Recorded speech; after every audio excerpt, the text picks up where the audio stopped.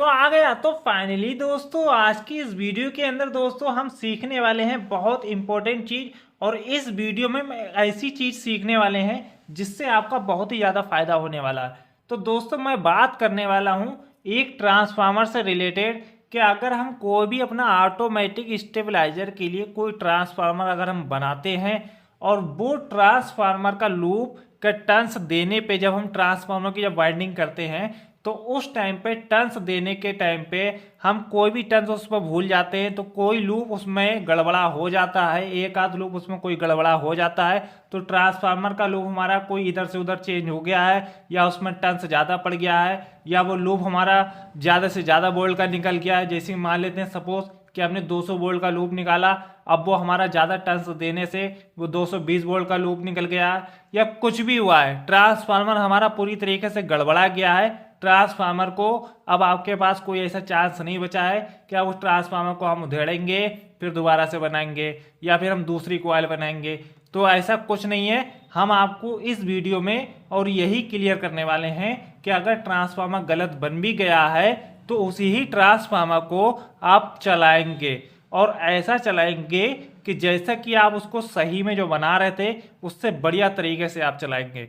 तो इस वीडियो में हम यही क्लियर करने वाले हैं। तो दोस्तों फिर वीडियो को करते हैं स्टार्ट। तो फिर मैं हूं आपका अपना भाई तौसीफ और मैं ऐसे ही इलेक्ट्रॉनिक्स एंड इलेक्ट्रिकल से रिलेटेड वीडियोस लाता रहता हूं। तो फाइनली दोस्तों फिर वीडियो को स्टार्ट करते हैं। तो फाइनली दोस्तों अगर आपको वोल्टेज स्टेबलाइजर एंड ट्रांसफार्मर का कोर्स को ज्वाइन करना है, घर बैठे अगर काम को सीखना चाहते हैं 1 महीने के अंदर, तो दिए गए व्हाट्सएप नंबर पर आप मुझे संपर्क कर सकते हैं और अपना कोर्स को कंप्लीट कर सकते हैं। तो सबसे पहले हम बात करेंगे यहाँ पे कि आप जो ट्रांसफार्मर बनाए हैं वो आखिर कितने वोल्ट से और कितने वोल्ट का बनाए हैं। सपोज मैं मान लेता हूँ कि आपने 90 से 300 का भी बनाया हो या फिर 140 से 440 का बनाया हो या फिर 140 से 500 का बनाया हो या फिर 90 से 440 का बनाया हो, सिंगल फेज बनाया हो या फिर डबल फेज। अब आपने कोई भी एक कॉइल बनाई है या फिर कोई एक ट्रांसफार्मर आपने बनाया है। सपोज कि आपने 90 से 300 की एक कॉइल बनाई है, अब उसमें एक लूप आपका गड़बड़ा गया है। अगर आपका एक भी लूप अगर गड़बड़ा गया है तो आपका पूरा कॉइल का लूप जो होगा पूरा गड़बड़ा जाएगा। ठीक है, तो यहाँ पे ध्यान रहे कि आपका अगर एक भी लूप अगर गड़बड़ाया है तो उसमें जो भी लूप अगर निकला है आगे चल के तो वो सारा ही लूप आपका गड़बड़ा गया है। तो जो वोल्टेज पे आप निकाले थे वो वोल्टेज पे नहीं निकला है, वो अदरवाइज वोल्टेज पे निकल गया है। अब आपको ध्यान यहाँ पे ये देना है कि अब आपका जो भी कॉइल को बना है, अब जैसा भी कॉइल आपका बन गया है उस कॉइल को पूरा तैयार करने के बाद उसमें आप क्या करेंगे, सबसे पहले उसका वोल्टेज लूप चेक करेंगे कि आखिर उसमें कितना लूप पे कितना वोल्टेज हमको मिल रहा है, मतलब कि कौन सी लूप पे कितना वोल्टेज आ रहा है। अब आप यहाँ पे ये चीज चेक कर लेंगे अच्छे से कि कौन सी लूप पे कितना वोल्टेज है। अब सपोज मैं मान लेता हूँ कि आपका 90 से 300 का कॉइल है, उसमें वोल्टेज चेंज हो गया है, ज़्यादा नहीं थोड़ा बहुत ही चेंज हुआ है। तब आप वहाँ पे क्या कर सकते हैं, सिंपल है कि आप माइक्रो कंट्रोलर पे अगर कनेक्शन करेंगे तब आपका काम तो करेगा नहीं। ये तो सिंपल सी बात है कि वहाँ पे आपका लूप जो चाहिए था हमें जिस वोल्टेज का, उस वोल्टेज लूप का तो है नहीं, तो हमारा माइक्रो कंट्रोलर उसमें काम अच्छे से नहीं कर पाएगा। ठीक है, तो ऐसी सिचुएशन के लिए हमको सिर्फ एक ही चीज़ का काम करना है, सिंपल है कि हमको पहले तो उस बोल्ट की लूप को पहले चेक करना है कि किस लूप में कितना वोल्टेज आ रहा है।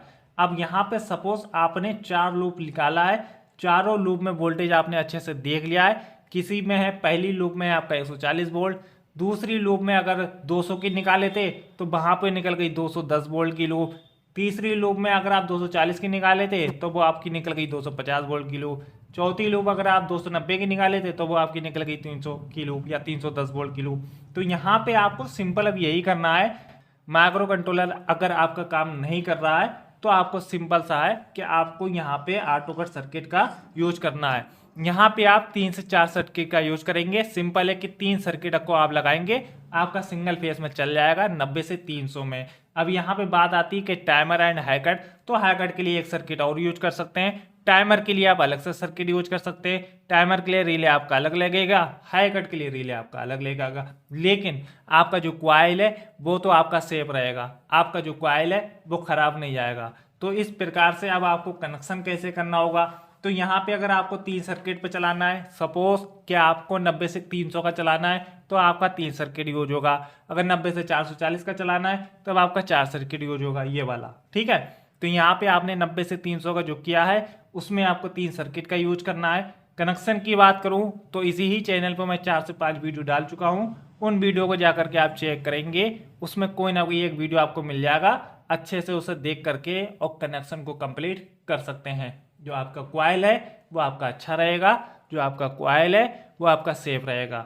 तो यहाँ पे मैं एक चीज़ आपको अच्छे से बताया हूँ कि अगर आपका कॉइल अगर ख़राब हो गया है, ट्रांसफार्मर बनाते टाइम पे आप भूल गए हैं, टर्न्स को अगर सही से उसमें नहीं डाल पाए हैं, तो आपका कॉइल जो है बिल्कुल ख़राब नहीं हुआ है, बिल्कुल सेफ कॉइल है, उसको आप अच्छे से इस तरीके से और ऐसे करके चला सकते हैं। तो दोस्तों यहाँ पे मैं जो भी कुछ बताया हूँ आपने यहाँ पे अच्छे से समझा है। और मैं बात करना चाहूँगा कि अगर आपको स्टेबलाइजर एंड ट्रांसफार्मर का कोर्स को अगर ज्वाइन करना है, घर बैठे अगर सीखना चाहते हैं, तो दिए गए व्हाट्सअप नंबर पे आप मुझे संपर्क कर सकते हैं। तो दोस्तों फिर मिलते हैं फिर नेक्स्ट वीडियो में, तब तक अपनों का ख्याल रखिएगा।